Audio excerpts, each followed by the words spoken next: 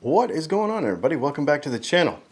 Today we're going to do sort of a follow-up or continuation on another video that we did a couple of weeks ago. We did a video how to adjust your Stratocaster pickups, the height. And so today we're going to talk about specifically, we mentioned in passing humbuckers, but we're going to talk about how to adjust your humbucker pickups to get the sound that you want. And honestly, it's pretty simple, but we're going to cover a couple of things, and we're also going to talk about adjusting pole pieces because people want to talk about that for some reason. So we're going to get into this. Let me grab a cable. Let's plug this thing in, and let's make some noise. Of course, as soon as I go to shoot a video, this is what we have to deal with.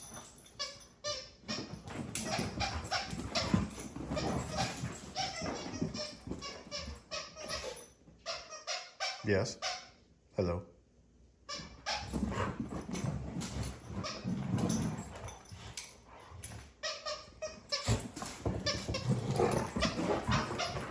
So we'll just let this go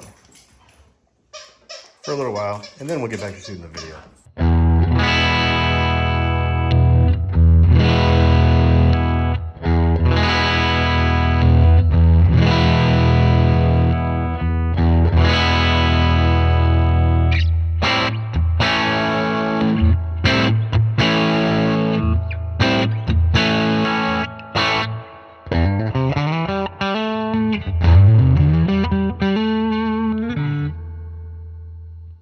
When we're doing pickup adjustments, basically, the goal could be anything, right? But really, when we're trying to set up two pickups in the guitar to be even, we just want them to sound even, right? Most of the time. Now, there's gonna be a lot of you who are like, well, I never use my neck pickup, so I don't care. I just bottom it all the way out and don't even use it, and I just use the bridge pickup anyway, or, you know, stuff like that. But if we're trying to get the thing like set up correctly to be even in the guitar, really all we're going to do is we're literally just going to grab our screwdriver and we're going to play around with it until it sounds even to us. But there's a couple of kind of nuances to this that I sort of want to cover, okay? Because when we think about output, so here's the biggest question that we get a lot of times, like when people are shopping for pickups or in the chat on the website or whatever. They'll be like, well, will this pickup that's 7.6K balance well with like our DAF, for example? Will it balance well with our center punch pickup that's somewhere around 9.5? Is it going to work in the guitar together because they're different outputs? One's going to be louder than the other. So on the face of it, that might sound correct, right? Like we might say, well, this one is higher output, so therefore it will be louder.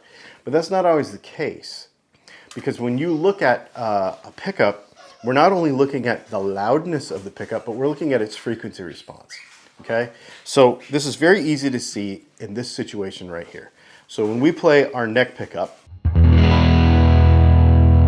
and we play our bridge pickup, now, they may sound a little different in volume.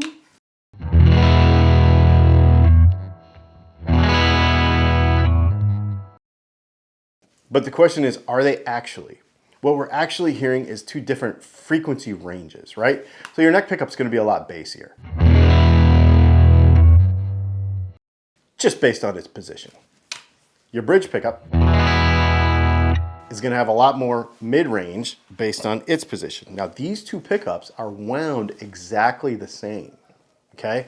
So they balance really well output-wise, even though, hi, squeaky toy during video, good job. They balance really well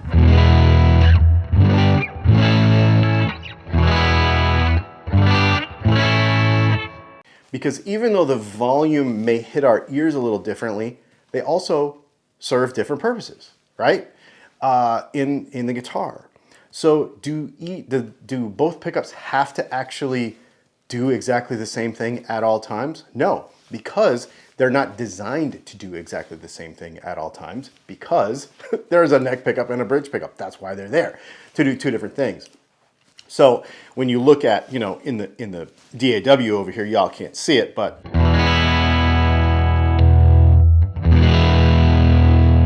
the output is exactly the same.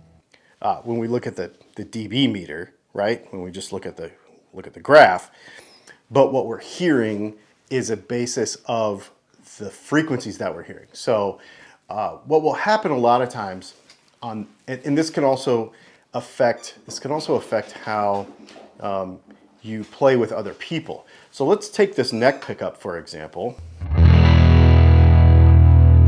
Okay, and let's lower it.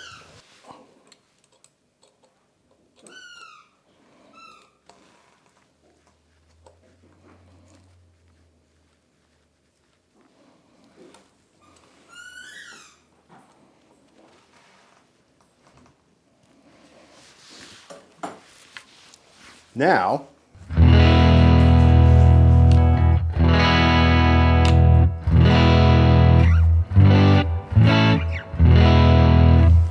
lot of that bass went away. It got a little thinner. It's not actually quieter. Even on the dB meter over here, it's not actually quieter. We're just changing, because of the distance, we're changing what frequencies the pickup can make. I think a lot of people get the output thing kind of conflated with frequency, right? So a bass guitar is going to make a lot of low end frequency, cymbals are going to make a lot of high end frequency, and the guitar is right in the middle in like the vocal mid range of like a voice, right? So we want our guitar to be sort of in that mid range as well. If we get super bassy, we're going to get lost with the bass and the kick drum, and maybe depending on what other strings or, you know, whatever we're playing with, when it comes to, like, you know, the bassier side of stuff. Or do we want that big chunky rhythm? So this is not necessarily about how loud the pickup is. It's about what frequencies we want the pickup to make. We lowered the pickup, it didn't get any quieter. It just changed what it can do.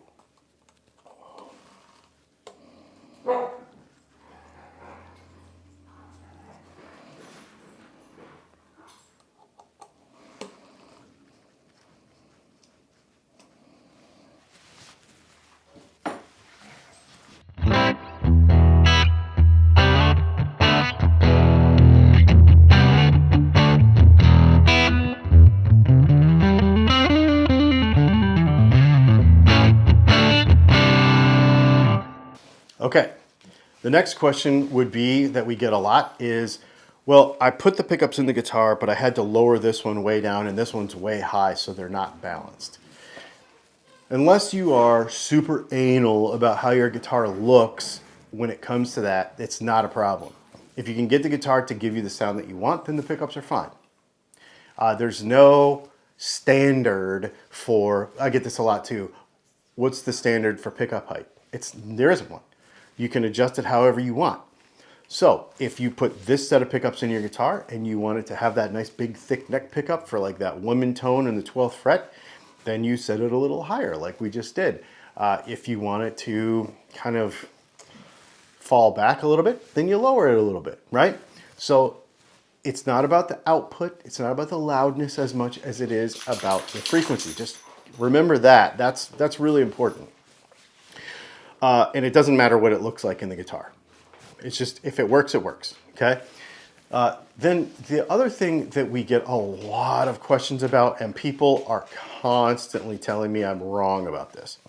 So we did a video very recently about how, so for those of you that don't know, who may not know this, the original Seth Lover humbucker had no pole piece screws in it. Okay, it was just solid. There was no screws showing. Because basically what he did was take a P90, split it in half. He put 5,000 winds on this coil, 5,000 winds on this coil, and a magnet in the middle. Boom, there's your humbucker. The marketing department at Gibson said, you know, the problem is that people are going to think that it doesn't work as good because they can't adjust their pole pieces. So the marketing department wins, and they put 5 screws in the humbucker to give them that sort of feeling that the older P90 had, right?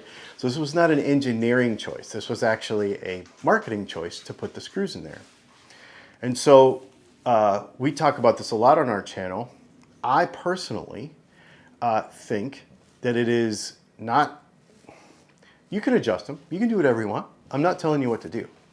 But if you leave them alone and leave them even, you're going to get the most even sound out of your guitar. So what I mean by that is these pickup screw pieces are set.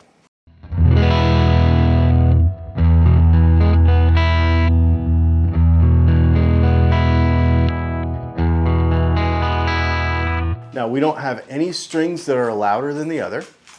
They're all even all the way across. Level and frequency wise, okay? Because we have a good pickup here.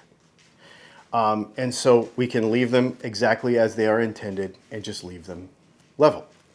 And you'll get people in the comments, there will be somebody in the comments of this video saying, well, I adjust mine because I have this B string that's too loud or this A string that's too loud or whatever, therefore I must adjust them.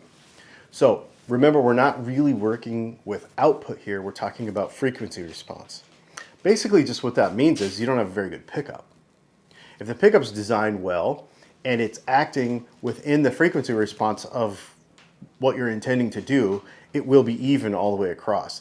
When you have one that's poking out way weird like that, that's a lot of times not an output thing as much as it is this pickup.